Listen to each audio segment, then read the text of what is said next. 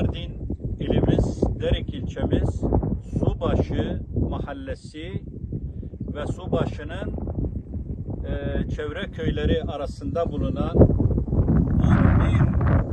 köyü kapsayan, yani Mardin ili olarak 11 ili kapsayan şu gördüğünüz uçsuz bucaksız mera alanındayız. Bu mera alanında 80 bin küçük baş hayvan, 20 bin büyük baş hayvan istifade etmektedir. Yalnız burada bir GES projesi için onay alınmış ilgili 3-4 tane firma burada tabii ki ülkenin yararına, istihdam yararına güzel bir proje için ellerini taşın altına koymuşlar.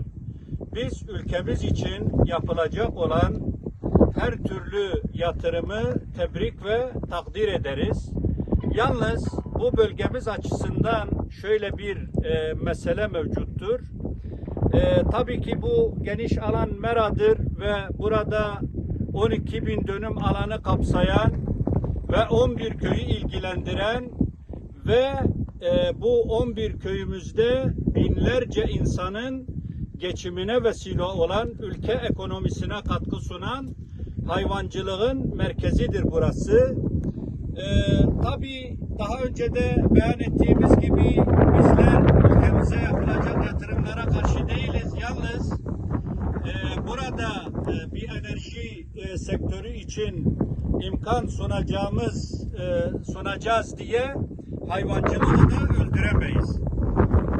Bunun yapılabilmesi için, GES projesi için daha atıl bölgeler, daha hayvancılığa elverişli olmayan bölgeler seçilebilir. Ülkemiz uçsuz bucaksız birçok hayvancılığa elverişli olmayan alanlar mevcuttur. Bu alanlar tespit edilerek buradaki kardeşlerimizin mağdur edilmemesi için buradan ilgililere bir çağrıda bulunuyoruz. Ve bizler şu mevzuyu da çok iyi biliyoruz. Ülkemizin en çok enerji alanında cari açık verdiğinin farkındayız. Yalnız bir yeri onarırken bir yeri de bozmayalım. Ve buradan siz değerli basın aracılığıyla en üst mercilere çağrıda bulunuyor ve buradaki hem insanlarımızın mağdur olmaması adına, hayvancılığın ölmemesi adına bu projenin başka bir alana, daha atıl bölgelere taşınması için buradan çağrıda bulunuyor ve bu kardeşlerimizin sözcülüğünü yapıyoruz. İnşallah bu çağrımız yerini bulur ve bu kardeşlerimizin mağduriyeti giderilir. Şu gördüğünüz hakikaten çok ciddi ve geniş alan meralardır. Yani hayvancılığın ciddi anlamda istifade edebileceği bölgelerdir. Onun için burada inşallah yetkililer sesimizi duyar ve buradaki kardeşlerimizin mağduriyeti bir an önce giderilir.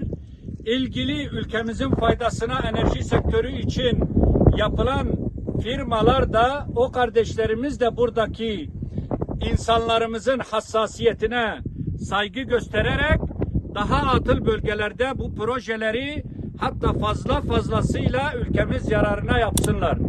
Allah razı olsun, teşekkür ediyoruz.